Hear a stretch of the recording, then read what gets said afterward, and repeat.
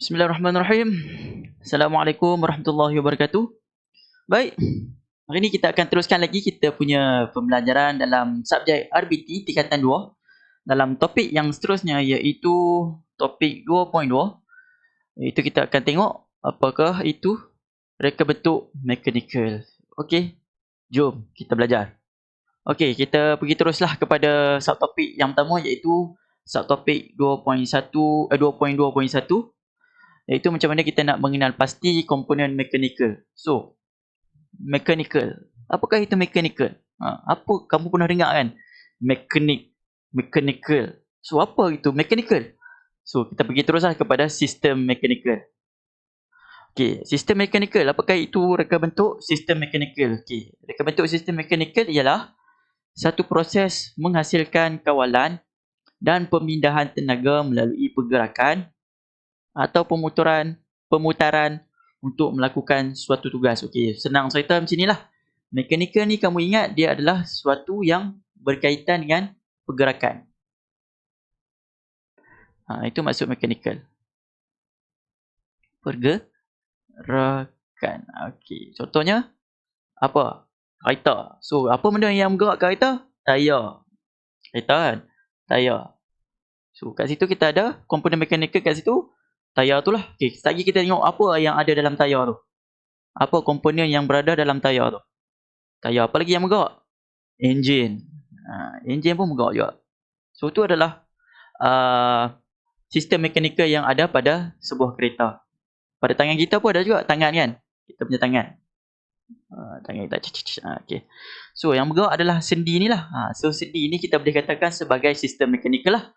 Okay. Sekarang kita pergi kepada komponen mekanikal pula. So, apakah itu komponen mekanikal? Okay. Komponen mekanikal adalah bahagian-bahagian yang terdapat pada produk atau gadget yang berfungsi sebagai penghantar dalam melakukan tugas. So, komponen tu kita boleh katakan sebagai inilah, apa nama, bahagian-bahagian lah, bahagian yang terdapat dalam satu sistem tu yang menggerakkan untuk melakukan tugasan. Okay. Kepelbagaian komponen mekanikal dalam suatu produk dikenali sebagai sistem mekanikal. Macam saya terang tadi itulah. So, sistem mekanikal yang ringkas, sekurang-kurangnya ada dua komponen. So, yang paling ringkas untuk satu sistem tu, kena ada sekurang-kurangnya dua komponen mekanikal lah. So, jom kita tengok apakah itu komponen mekanikal yang kita akan belajar dalam topik ini. So, semua sekali, inilah komponen mekanikal yang kita akan belajar dalam topik ni. So, semua sekali kita ada 11. Banyak tu 11. Banyak sangat untuk kamu ingat. So, kita akan tengoklah. Yang pertama kita tengok tentang gear, pautan yang keduanya. Ketiga, kita akan tengok tuas ataupun tuli. Keempat, kita tengok takal. Kelima, tali sawat. Keenam, aci sesondol. Ketujuh, aci engkol. So, aci ni bukan aci yang kat India tu lah. Mana aci? Bukan aci tu lah. Yang ni aci tu kita tengok. Apakah aci tu? So, yang ke-8 kita ada gelongso. Yang ke-9 kita ada galas berbola. Yang ke-10 kita ada bindu. Yang ke-11 kita ada rantai. So, semua sekali ada 11 lah komponen yang kita akan belajar dalam topik ni. So, mungkin agak susah lah untuk kamu ingat. Tak apa, saya dah sediakan satu akronim untuk memudahkan kamu ingat tentang komponen mechanical ni. So, apakah itu akronim yang saya sediakan? Okey, tengok sini. Rantai, gear, basikal, aci ni nama orang lah. Gelongso,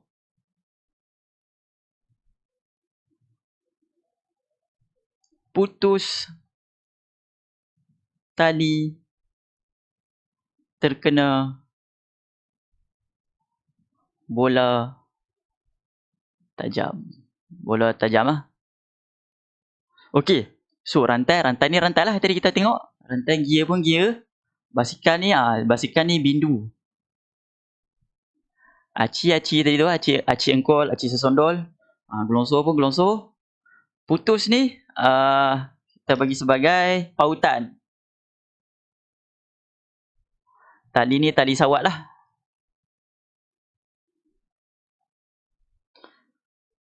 T yang seterusnya, T terkena ni kita bubuh sebagai, kita letak sebagai twill ataupun tuas. So bola ni galas berbola, tajam, takat. So kamu ingat yang ni lah akronim ni. So rantai gear basikal aci gelongso, putus tali terkena bola tajam. Ingat yang ni? InsyaAllah boleh lah. Saya cuba untuk buat akronim ni. Kalau kamu rasa boleh ikut, kamu ikutlah. Okey, kita pergi yang seterusnya. Okey, kita pergi yang pertama dulu, gear. So gear, apakah itu gear? So gear ialah komponen yang digunakan untuk memindahkan kuasa. Jadi gigi gear berfungsi untuk menyalurkan kuasa daripada sumber kepada penerima. Okey. Sekarang ni kita tengok pada jenis gear pula. Jenis gear ni pun banyak juga. So kalau kamu tengok dalam buku semua sekali ada 10 kot, tak silap. Jadi saya ringkaskan jadi 9 sebab dalam gear serong ni banyak yang mengulang dalam gear serong ni. So apakah jenis gear yang kita akan belajar? Okey, yang pertamanya kita belajar pasal gear serong. Ataupun dalam bahasa Inggeris kita panggil sebagai bevel gear. Yang kedua, gear taji. Yang ketiga, gear helix. Yang keempat, gear tulang hearing ataupun herringbone gear. Yang kelima, gear meter ataupun meter gear. Yang keenam, gear screw. Yang ketujuh, gear dalam ataupun internal gear. Yang kesembilan, gear belitan. Yang kesembilan lah ni, gear rack dan juga pinan. Rack and pinion gear. So kita tengok satu-satulah. So ni adalah gear serong. Okay, gear serong ni digunakan untuk memindahkan tenaga daripada satu aci ke aci yang lain yang bersudut. Okey. So ni adalah gear serong lah yang kamu dapat tengok sini. So kalau kamu tengok dalam lampu, yang ni adalah Pining spiral gear, bevel gear. Itu yang saya gabungkan dalam gear serong ni. Sebab apa dia bagi gear serong? Sebabnya dia dibina dengan dua gear yang berlainan saiz dan bersirat pada sudut 90 antara satu sama lain. Okay, tengok dia bersilang lah. Dia berada pada sudut yang bersilang. Yang mana gear ni dia menegak, gear satu lagi dia melintang. So dia akan membentuk gear sudut 90 lah. So sebab tu kita panggil sebagai gear serong. Okay, yang seterusnya kita akan tengok gear taji ataupun bahasa Inggerisnya spur gear. Gear taji ni gear yang biasa kita tengok lah dalam mana-mana elemen mechanical. Selalunya dia akan menggunakan ni lah simbol-simbol ni untuk menunjukkan sebagai satu simbol mechanical. So gear taji ni digunakan untuk memindahkan tenaga daripada dua aci yang selari. Mana kata dia selari lah, tak ada sudut. Dia melintang, kalau dua-dua melintang lah. Kalau dua-dua menegak. So gear ini dibina dengan dua gear yang bersirat dalam satang yang sama. So maksudnya dia tak ada sudut lah, dia melintang sama aja. Okay, yang seterusnya kita tengok gear helix, helical gear. So gear helix ni digunakan pada mekanisme kelajuan tinggi. Dia sama aja macam gear taji tu, cuma dia punya gigi gear ni dia serong. Sebab apa dia serong? Sebab dia untuk digunakan pada kelajuan yang tinggi lah. Okay, contohnya pada pemacu kereta untuk menukar kelajuan daripada kelajuan rendah kepada kelajuan tinggi. So memang digunakan untuk sistem yang berkelajuan tinggi. So itu adalah kegunaan gear helix. Okay, seterusnya kita tengok gear tulang hearing, herringbone gear. So gear ini menyerupai dua gear helix yang telah diletakkan sebelah menyebelah. So secara teknikalnya dia adalah gear helix lah. Cuma dia gabungkan dua gear tu membentuk bentuk yang macam ni. So dia akan membentuk seakan-akan tulang ikan hearing lah. So sebab tu dipanggil sebagai herringbone gear. So dia membantu mengelak isu-isu berkaitan dengan tujahan sisi yang dicipta dalam penggunaan gear helix. So ni adalah gambaran tentang ni lah gear herringbone ni, gear tulang hearing. Okay, yang seterusnya gear rack dan pinan, rack and pinion gear. So gear ni digunakan untuk memindahkan gerakan putar kepada gerakan lurus atau gerakan lurus kepada gerakan putar. So dia punya fungsi adalah dia menukarkan gerakan putaran kepada gerakan lurus ataupun sebaliknya lah, gerakan lurus kepada gerakan putaran. So kamu tengoklah kat sini, ni adalah gambar ataupun mekanisme untuk satu gear rak dan juga pinan. Lagi dia digunakan pada steering kereta.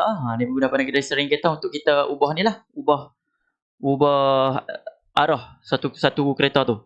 Dan juga pintu pagar elektrik bermotor. Okey, yang seterusnya gear meter. Dia macam gear serong tak, cuma dia ada kaki kat sini lah. Itu perbezaan antara gear serong dan juga gear meter. Dia ada kaki kat situ. Okey, sejenis gear serong juga, cuma dua paksi putaran bersilang. Okey, yang seterusnya iaitu gear screw. Okay, dia adalah sejenis gear helix, cumanya dia bersilang. Kalau tadi gear helix dia sama paksi kan, dia selari, cuma yang ni dia bersilang. Okey, yang seterusnya ialah gear dalam, internal gear. So, gear dalam ni, gear dalaman adalah gear dengan gigi dipotong di permukaan dalaman silinder. So, kalau tadi gear taji, kita tengok dia punya gigi kat luar kan. Dia bersentuh macam tu. Kalau gear dalam, gigi dia di dalam lah. Gigi gear di dalam. Dan juga ada gear kat dalam ni. Macam ni lah yang kamu tengok sekarang ni. Yang seterusnya gear belitan ataupun worm gear.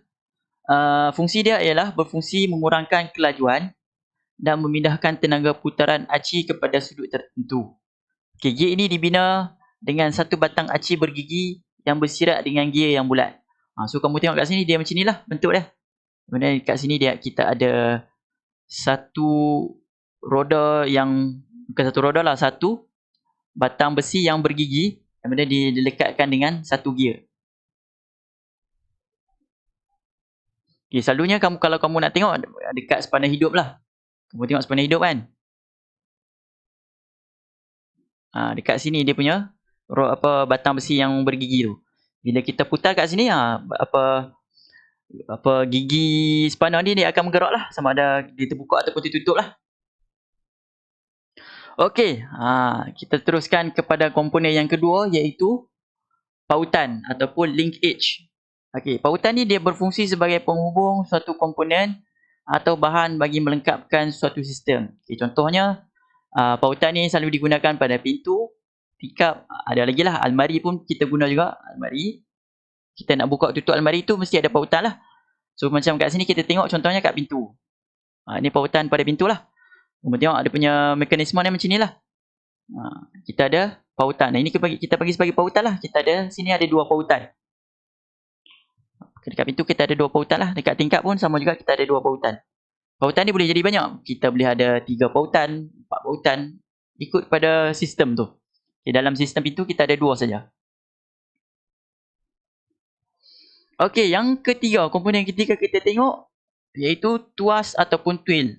Lever. Dalam bahasa Inggeris kita panggil lever. Bukan lever, lever. Okey, twill ataupun tuas ialah sistem yang berkaitan daya, beban dan juga fulcrum. Kita ada ni lah 3 elemen dalam tuas ataupun twill ni. Yang pertama kita ada daya, yang kedua kita ada beban dan yang ketiga kita ada fulcrum lah. So kita ada 3 kelas tuas ataupun twill. Kita ada 3 kelas. Yang pertama, kelas yang pertama. Okey, kamu tengok yang di tengah-tengah. Ingat yang tengah je. So yang 3 segi ni kita panggil sebagai fulcrum lah. Yang pertama, fulcrum dia berada di tengah-tengah di antara daya dan juga beban. Untuk kelas yang kedua, beban berada di tengah-tengah. Okay, yang pertama, fulcrum kat tengah-tengah. Yang kedua, kita beban kat tengah-tengah. Dan yang ketiga, kita ada daya lah di tengah-tengah. Kamu ingat yang kat tengah-tengah je. Sebab bila yang kiri kanan ni kita boleh ubah mana-mana pun dia akan duduk sama je. So kita ada 3 kelas. Yang pertama, fulcrum di tengah. Yang kedua, beban di tengah. Yang ketiga, daya di tengah. So ini adalah contoh kelas contoh bagi tuas ataupun twill bagi setiap kelas lah. Okay, ini kelas yang pertama. Kamu tengok yang ni kita guna penukul untuk buang paku lah. So ini dia punya fulcrum dia kat tengah-tengah. So kita punya daya kita tarik. Ni dia punya beban. Sama juga dengan plier. Kita punya fulcrum kat tengah-tengah. Okay, yang kelas yang kedua pula, kita tengok pada ni lah kereta surung ni. So kita ada beban kat tengah-tengah. Diapit oleh fulcrum dan juga daya. Ni alat pembuka kacang, nut cracker. Saya tak tahu lah kalau sebenarnya apa. Di dalam bahasa Inggeris nut cracker lah. Okay, yang kelas ketiga pula daya di tengah-tengah. Kita tengok kat sini daya kat tengah-tengah. So kat sini daya lah kat tengah-tengah. Okay, yang seterusnya, yang keempat. Komponen yang keempat iaitu takal. Okay, takal ialah mesin ringkas yang terdiri daripada satu roda yang berputar pada ganda. Dia memudahkan kerja-kerja mengangkat beban yang berat. Okay, contohnya kalau kita nak pindahkan suatu beban yang berat tu ke atas. Kita boleh angkat tapi mungkin memerlukan daya yang sangat-sangat banyak lah. So kita nak memudahkan kerja kita gunakan takal lah. So takal ni dia punya sistem dia lekatkan roda kat sini. Kemudian pada roda tu ada axle lah. Yang mana axle ni dia mudah bergerak. Dan dilekatkan pada axle ni tali. Yang mana tali ni dia akan membuat kerja dia sebagai inilah komponen untuk mengangkat beban-beban yang berat. So kat sini beban ni kita bagi sebagai batu lah. So kalau kita nak angkat batu tu ke atas, kita tarik je ke bawah. Kemudian batu ni akan naik ke atas lah. Macam kamu tengok dekat gambar yang ni lah. Okay, yang kelima, komponen tali sawat ataupun belting lah. So tali sawat digunakan untuk menghubungkan takal pemacu yang dipasang pada enjin ataupun motor elektrik dengan takal dipacu. So takal pemacu di mana? So takal pemacu yang ni lah. Ni takal pemacu ataupun driver puli.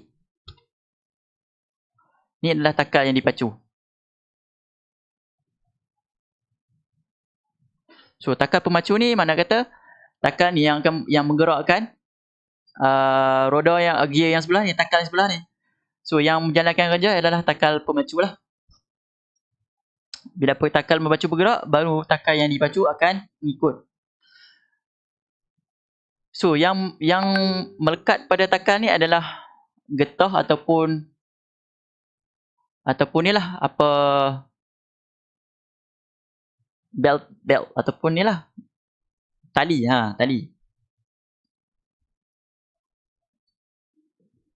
Okay, yang seterusnya kita tengok gelongso. Gelongso berfungsi sebagai pengurang geseran bagi menggerakkan komponen yang berbeban berat. Okay, beban pada gelongso pula digerakkan secara mendatar. Okay, ini contohnya contoh gelongso yang digunakan pada pintu gelongso lah, pintu ataupun sliding door. Yang kamu tengok dekat shopping mall ataupun mana-mana ni lah, mana-mana kedai yang besar. Okay, sekarang kita tengok komponen yang seterusnya iaitu galas berbola ataupun ball bearing. So galas berbola digunakan sebagai pengantara bagi objek berputar untuk mengurangkan geseran dan melancarkan pergerakan. So contoh yang kita boleh tengok adalah dalam tayar kereta ataupun mana-mana tayar lah, tayar motor pun ada, tayar basikal pun ada. So dalam tayar ni dilekatkan dengan galas berbola supaya satu tayar tu dia berputar dengan baik lah dan mengurangkan geseran supaya tidak berlaku penghausan dekat tayar tu. So lagi contoh yang seterusnya kamu tengok dekat ni lah fidget spinner yang kamu pernah main tu. Dalam fidget spinner ni kita ada ball bearing ataupun galas berbola. Okay, yang seterusnya kita tengok bindu. Okay, bindu ataupun cak digunakan bersama mesin gerudi untuk memegang dan mencekam mata gerudi. Okay, kalau kamu pernah guna mesin gerudi ataupun mesin drill tu kan, yang ni kita panggil sebagai bindu lah. Fungsi dia adalah sebagai pemegang mata drill. Dia ni lah, dia pegang supaya mata drill kita guna tu semasa berputar tu tidak terkeluar ataupun tidak mudah terpelanting lah. Okay, yang seterusnya ialah rantai. Okay, rantai ni dia sama je macam tali sawat tadi. Cumanya dia gunakan rantai lah. Kalau tali sawat tadi dia gunakan getah ataupun tali kan. Cuma ini dia gunakan rantai. Dan juga dia gunakan gear lah. Kalau tadi dia guna tali sawat kita guna takal, yang ni kita guna gear. Sama je fungsi dia, lebih kurang. Yang seterusnya kita akan tengok aci engkol. So aci ni ada dua. Yang pertama aci engkol dan yang kedua ialah aci sesondol. Okay, kita akan tengoklah lagi apa perkaitan antara dua ni. Tapi secara mudahnya dua-dua aci ni dia saling melengkapi lah. Dia sangat-sangat saling melengkapi. So aci engkol ataupun crankshaft. Aci engkol berfungsi menukarkan gerakan linear kepada gerakan berputar. Seterusnya sebagai penghantar kuasa kepada kotak gear untuk menggerakkan kenderaan. So ni adalah aci engkol lah. So kalau kamu tengok kat sini dia berputar menghasilkan gerakan linear lah. Dia berputar dan menghasilkan gerakan atas dan juga bawah. Ni bagi atas bawah ni kita bagi sebagai linear lah. So yang ni apa? Yang ni adalah piston ataupun omboh yang mana kamu dapat tengok dalam enjin lah. Okay, yang seterusnya ialah aci sesondol, camshaft. Aci sesondol digunakan untuk membuka dan juga menutup injap ataupun injap ni valve, dan ianya boleh didapati dalam kenderaan bermotor. Okay, ini adalah gambar bagi aci sesondol. Ni dia, macam mana dia ni lah, dia berfungsi. Yang ni injap valve ataupun injap. So dia berputar. Bila dia lalu tu dia buka. Kemudian dia tutup balik lah. Okay, sekarang kita akan tengok kaitan antara aci engkol dan juga aci sesondol lah. Okay, apa yang kamu tengok sekarang ni adalah enjin. Enjin lah, enjin kereta. Okay, yang di bahagian atas kita boleh tengok ialah aci sesondol ataupun camshaft. Yang di bawah ni kamu tengok ni adalah aci engkol. Tarik sis, monggo. Bukan. Ini aci engkol. Today, the internal combustion engine is used in motorcycles, automobiles, boats, trucks, aircraft, ships, heavy-duty machinery and power generators. A four-stroke engine is an internal combustion engine in which the piston completes four separate strokes. Jadi dua-dua aci ni dia saling berfungsi untuk menjalankan sistem enjin ni. In one single thermodynamic cycle. Let's take a look at the basic internal parts of a four-stroke engine. Inside the engine block, ini adalah there is aci a engkol. crankshaft. Yang di bahagian bawah lah aci engkol. Piston rods are attached to crankshaft. Pistons are attached to yang the mana aci piston's engkol ni rods. dia tugas dia memegang omboh ni, kemudian digerakkan. Sama ada omboh tu dia bergerak ke atas ataupun ke bawah lah. Dan bagi atas kita ada aci sesondol, yang mana fungsi dia membuka dan juga menutup injap ataupun valve lah.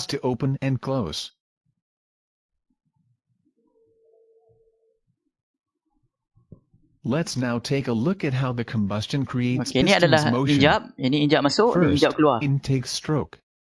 The inlet valve is opened and the fuel air mixture is bila aci drawn sesondol in bergerak, as the dia piston buka injapnya lah. travels down. Kemudian petrol Compression ataupun diesel stroke. dimasuk The sebagai inlet bahan valve is pembakar. closed and the piston travels back up the Kemudian aci cylinder, engkol akan bergerak compressing menggerakkan the omboh fuel air ni mixture. untuk Just memberikan before tekanan piston reaches the top supaya of its compression petrol ni stroke, kita a dapat spark bakar plug emits a dan juga spark menghasilkan to tenaga lah. combust the fuel air mixture.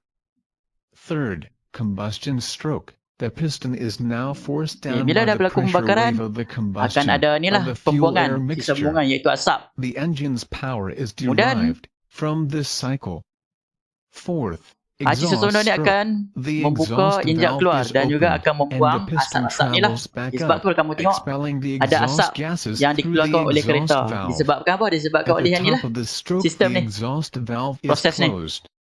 This process is repeated. Dia akan What mengulang had lah. been presented is the cycle of operation Sebab of tu dia one saling berkait. cylinder Aci of a sesondol dan four-stroke juga engine. aci engkol. Generally, engines have two or Itulah more gambaran cylinders yang kamu acting dapat in yang concert kamu with boleh tengok kaitan di antara dua-dua aci ni. Jadi untuk subtopik ni kita akan tengok yang tu je. Macam mana kita nak kenal komponen suatu reka bentuk mekanikal. Okey, yang tu je untuk subtopik hari ni. Sekian, terima kasih.